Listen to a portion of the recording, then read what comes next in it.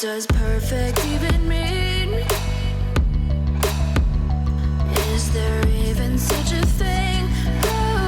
Ooh, can we switch up all the rules and imagine a utopia?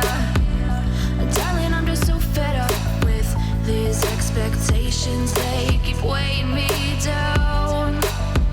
My heart is begging me to get the hell out of my head. I'm gonna live inside the upside down for a minute and pretend, honey, I'm a perfect 10. Whoa, whoa, honey, I'm a perfect 10. Whoa, whoa, and if I say it enough, it gets ingrained in my head, and I start to see, honey, I'm a perfect 10.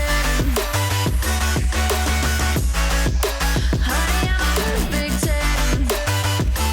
Whoa, honey, I'm a perfect 10. Honey, I'm a, yeah. Yeah, I've discussed it with myself, and I'm disgusted with the way we're told to have a certain face, a certain weight, because we aren't pixels on a screen. No, we're human, we breathe. Every single thing we see curated, it's overrated.